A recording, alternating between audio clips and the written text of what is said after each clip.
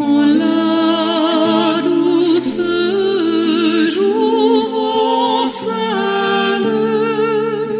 la très gracieuse et pleine, celle dont suis amoureux. Quand on est seul, quand on est malheureux de l'être, l'urgence devient à un certain moment de rencontrer quelqu'un. C'est le sujet de beaucoup de consultations. Beaucoup de gens qui me disent « mais je voudrais rencontrer quelqu'un » et alors comment faire pour savoir si je vais rencontrer quelqu'un réellement et comment savoir aussi si ça sera la bonne personne, qu'est-ce que je peux mettre en œuvre par moi-même. Alors c'est de ça en fait que va parler cette série, c'est-à-dire essayer de répondre déjà à ce désir profond. En fait il y a un désir profond, on a un problème dans notre société, hein, c'est un problème de solitude. Cette solitude en fait elle est d'abord ancrée à mon sens, et je ne suis pas la seule à le penser, sur le fait qu'il y a un manque de lien global. C'est pas juste en fait l'absence de couple, c'est-à-dire qu'on peut être célibataire et être très bien d'être célibataire. Le problème qui se pose, c'est que en général le célibat s'accompagne bizarrement d'une grande solitude, ce qui n'est pas forcément le cas. C'est-à-dire qu'on peut être célibataire et avoir des amis, avoir de la famille, avoir des gens autour de soi avec lesquels on travaille, on fait des projets et en fait être très entouré. On peut être aussi très seul en couple, c'est-à-dire qu'on peut être marié avec quelqu'un, on peut vivre avec quelqu'un et en fait se sentir complètement incompris, voire se sentir complètement nié, se sentir complètement mis de côté. Alors la question c'est à chaque fois de savoir d'une certaine manière quelle est la responsabilité qui nous incombe, qui est la nôtre, qu'est-ce qu'on peut faire et à quel moment en fait, j'allais dire le fait d'avoir un projet commun, d'avancer à deux, parce que c'est ça en fait le sujet, rencontrer quelqu'un, c'est l'idée d'avoir un projet commun. Ce projet commun, ça peut être passer une bonne soirée ou ça peut être construire une vie.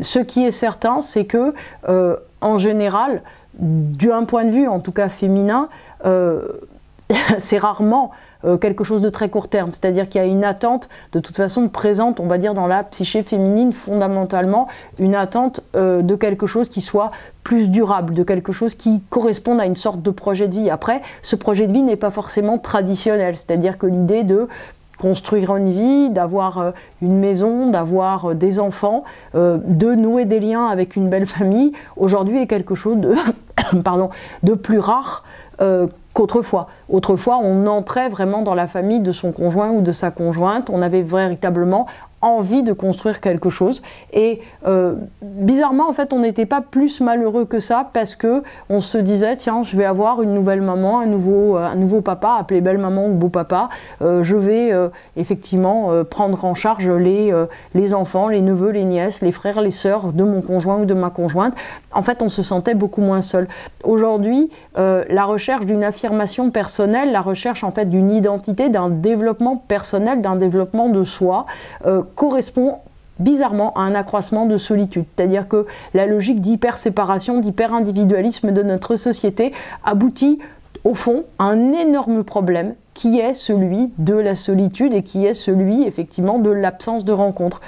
Pourquoi ? Parce que, comme le dit une émission de télé-réalité dont je ne vous ferai pas l'injure de vous donner le nom, d'autant que je ne m'en rappelle pas, mais qui dit, voilà, en fait le problème c'est que on est dans une société d'enfants gâtés, on est dans une société qui n'est plus capable d'une certaine manière de trouver le chemin, de faire un lien avec l'autre. Autrefois ça allait de soi, autrefois ça allait de soi qu'une femme et un homme ne pouvaient que difficilement être accomplis sans fonctionner, on va dire, dans le cadre d'une famille, dans le cadre d'un projet de vie traditionnel. Alors on peut se réjouir que ces projets de vie soit aujourd'hui beaucoup plus varié. Moi je trouve que ça fait une variété, j'allais dire une variété humaine qui ressemble à la société d'aujourd'hui, qui ressemble à qui on est, qui ressemble aussi au développement, on va dire, de la position de la femme dans la société, mais qui de ce fait, au fond, est en train de perdre aussi un ancrage qui est fondamental. Alors, aujourd'hui, quand on veut rencontrer quelqu'un, on se retrouve souvent dans une grande difficulté qui est celle de notre quotidien, en fait, parce que dans notre quotidien, on est coincé parce qu'on fait toujours les mêmes choses, on rencontre toujours les mêmes personnes. Donc, les applis de rencontre, alors quand on me dit les applis de rencontre c'est le mal, je dis non, les applis de rencontre c'est pas le mal. Pourquoi ? Parce qu'autrefois il y avait le bal des pompiers, il y avait l'entremetteuse, il y avait la voisine qui disait oh je connais un jeune homme, il est vraiment très bien, peut-être que votre fille Mariette elle devrait aller le voir parce que vraiment il est très bien et puis il est pas indifférent à Mariette.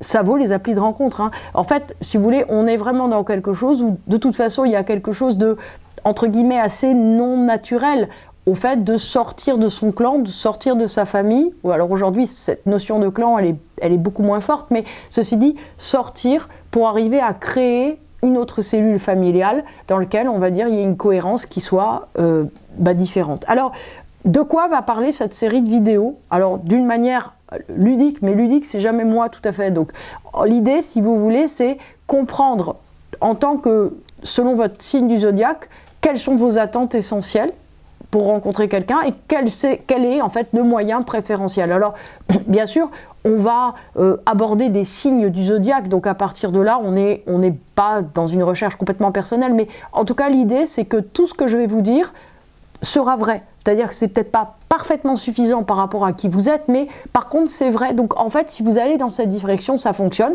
Et on va utiliser le tarot. Alors, ça va s'adresser particulièrement à des gens qui sont plutôt en attente de rencontrer quelqu'un, pour parler du climat de l'année 22 et du climat de l'année 23.